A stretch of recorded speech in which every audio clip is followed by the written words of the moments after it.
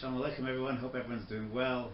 Summer's winding down. We are gearing up to start our next year in Yeshiva, 5779. We have the boys coming in less than a week, and Baruch Hashem, we are overwhelmed.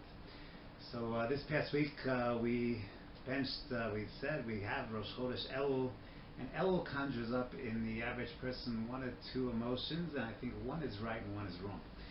One emotion is that, Elul.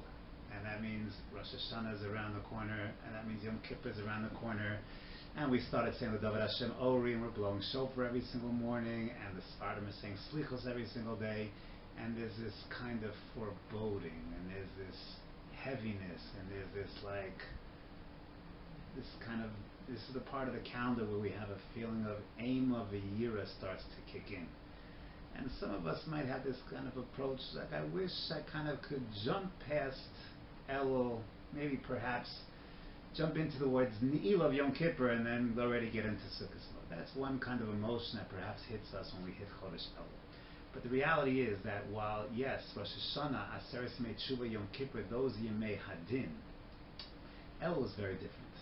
Elul really is Yemei Ha'ahava. Elul is a time where we don't have to necessarily have this attitude of we're in a state of fear about we have to start checking on Maisim, etc. But perhaps Elul conjures an image of, as we are, Chazal tell us, HaMelech Basadeh, and Dirshu Hashem Bimatzo, and where Hashem is Karov, Hashem is close, Hashem is reaching out to us. There is an embracing hand. It is not Yemei Yira, but Elul is the opportunity, that real sense of Yemei Ahava. And there's a beautiful story that I heard from Rav Asher Weiss Shlita, which I like to tell over because it has such a powerful, meaningful message. And the story is told that the Chafetz Chaim was traveling once through Europe, through Poland, and he ends up in the town that was full of Alexander Hasidim. And he's looking for a mincha minyan, and it happens to be, it's Erev Rosh Chodesh, and he's looking out for a minyan that is going to be saying the Tfilas Yom Kippur Katan. Erev Rosh Chodesh Mincha time, many have the minhag of saying a Tfilas Erev Yom Kippur Katan, which includes Slichos, and a time of introspection as we hit a new month is a mini Yom Kippur. And the Chafetz Chaim was seeking out a minyan of for Yom Kippur Katan. He approached the Alexander Chassid and said, "Do you say over here Yom Kippur Katan?" They said, "No, we don't say it." Why not? Well, the Rebbe doesn't say it. The Rebbe doesn't say it, so therefore we don't say it. So the Chafetz Chaim says, and he provided them with the following story, the following mashal. He said there was two people traveling in Krakow, Poland, two friends. They were traveling from Krakow to Warsaw. And they arranged, they'll go travel together, they'll make the trip together. So they meet on the train station in Krakow, and they board the train. Now, one of these gentlemen was much wealthier than the other, and the train travels to its first stop along the way to Warsaw, and one of the gentlemen starts to look at his friend and says, he's bidding him farewell. He says, I don't understand. We're supposed to go travel together all the way to Warsaw. Why are you getting off over here at the first stop? So the fellow says, well, I'm a little different than you are. So you're a wealthy man. And as a wealthy man, you can go ahead and buy a ticket that's going to take you all the way from Krakow to Warsaw. I'm not the same. I don't have that kind of money. So by me, I have to go from one station to the next. I'm going to get off at the next station. And when I get to that next station, I'm going to have to go collect to get to the next station. And then get to the next station until I finally make my way to Warsaw. The Chafetz Chaim told these Alexander Hasidim, me and your Rebbe are very different. Your Rebbe is a very, very big tzaddik. He's exceptionally wealthy.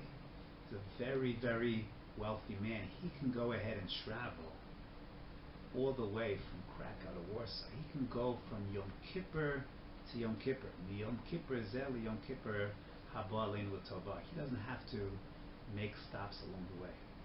Chafetz Chaim said about himself, I'm a poor man. I don't have so many Torah mitzvahs. And therefore, I can only go station to station.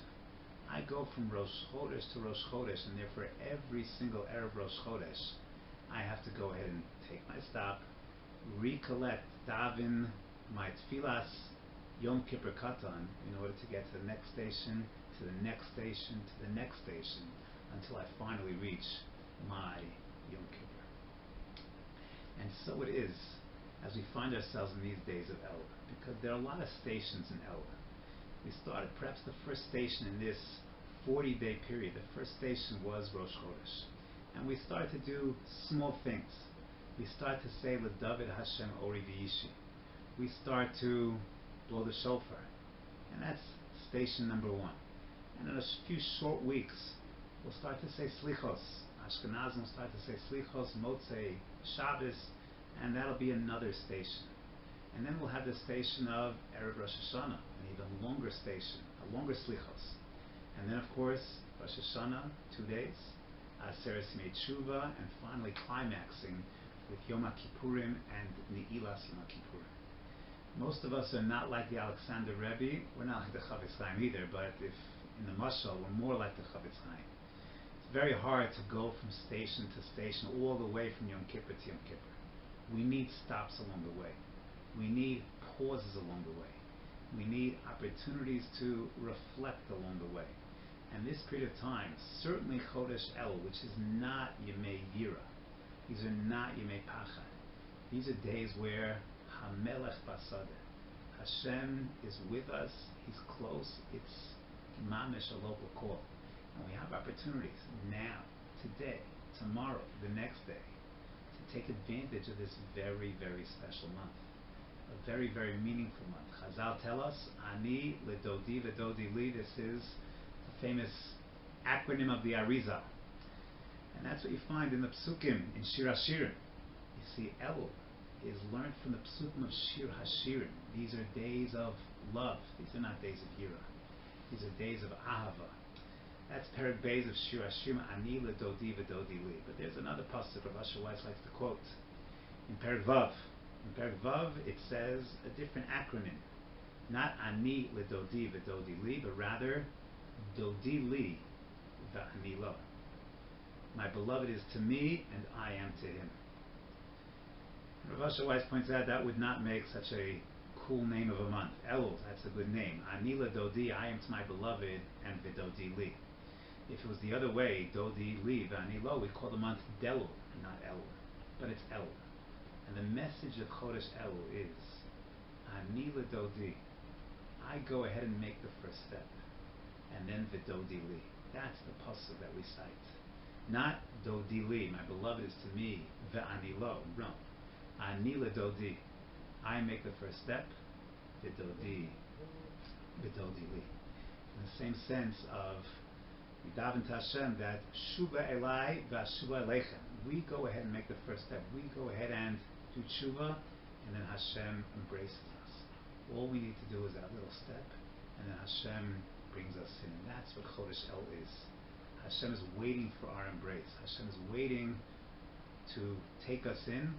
These are not days of Pachad, of Yira. These are days of HaMelech Basadeh. Hashem is here, and we should take advantage of this special month. Not to get all bogged down in the Yira factor, but also to realize it's a tremendous, tremendous opportunity that we should really go ahead and take full advantage.